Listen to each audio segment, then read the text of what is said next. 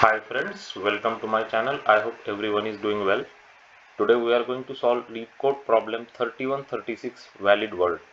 So this is another recent string related coding problem. So we will solve this coding problem. If you are new to this channel, please subscribe to this channel now. It really helps and supports this channel.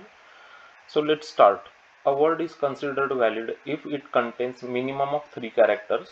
It contains only digits 0 to 9 and English letters uppercase and lowercase. It includes at least one vowel and one consonant. You are given a string word, return true if word is valid, otherwise false.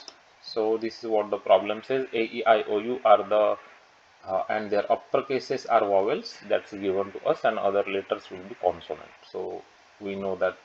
So this is what the problem statement says. The word dot length can be maximum 20 characters will be there, and it will contains these English uppercase, lowercase, at, hash, and dollar sign.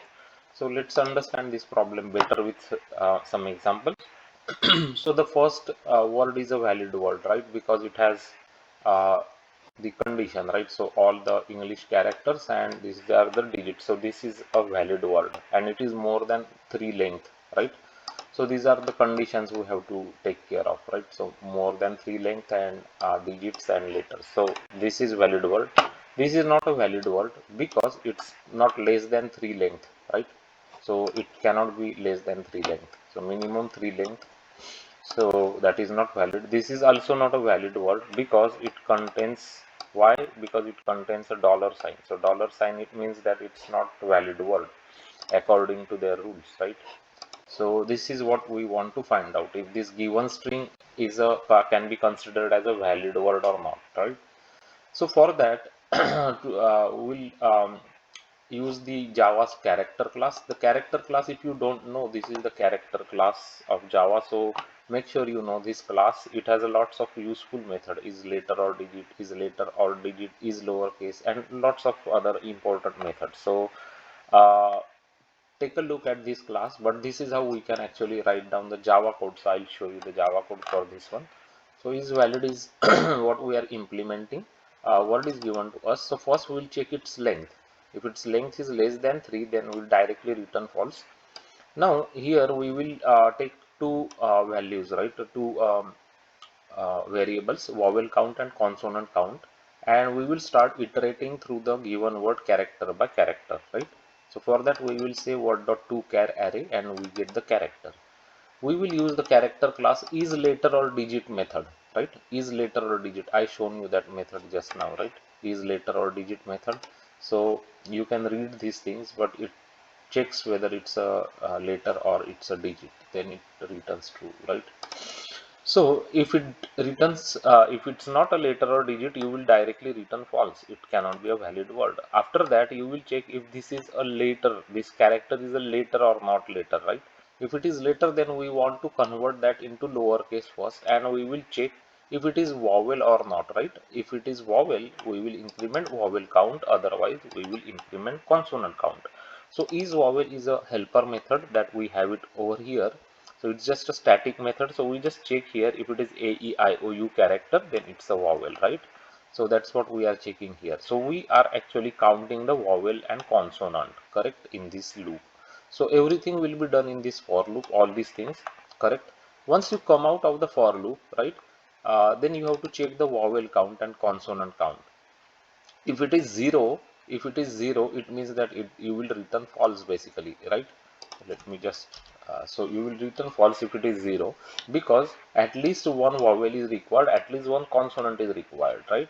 If everything is fine, then you will return true. It means that all these conditions which are given a word to be valid are correct basically and true. So you will return true, that it's a valid word, right? So this is the um, way you can solve this problem. So we have a for loop here. So it means that we are actually going to be time complexity on a order of n, where n is number of characters in the given word, right? uh, and the space complexity here is constant because we did not really use any data structure to hold any data here, right? So it means that it's a constant space solution. So let us give it a run, make sure this code works on the test cases. and the test cases are passed. As you can see, we are getting correct answers here for all the test cases. And now is the time to submit it to the Leetcode. Make sure the code gets accepted by the Leetcode. And as you can see, the code is successfully accepted. It's 98.62 percentile on the performance, which is a very good code for this problem. It's on Leetcode 3136 valid word. So I wanted to show you this logic, how we can solve these kind of problems. They are typically asked for junior levels or in the online coding test. So make sure you know the character class, how what are the important methods that we need of character class. So for example, is letter or digit, you should know this method. Is letter, you should know this method, and two lowercase also you should know. So if you know these methods, then you can easily solve these kind of problems. So take a look at these character class methods, right? I shown you these methods. So there are some important methods that you often need to solve these kind of problems. At least those methods you should know. Okay, so I hope this whiteboarding session and example help you understand this problem in an easier and better way. And if it did, then please give it a thumbs up to this video, give it a like to this video, subscribe to this channel.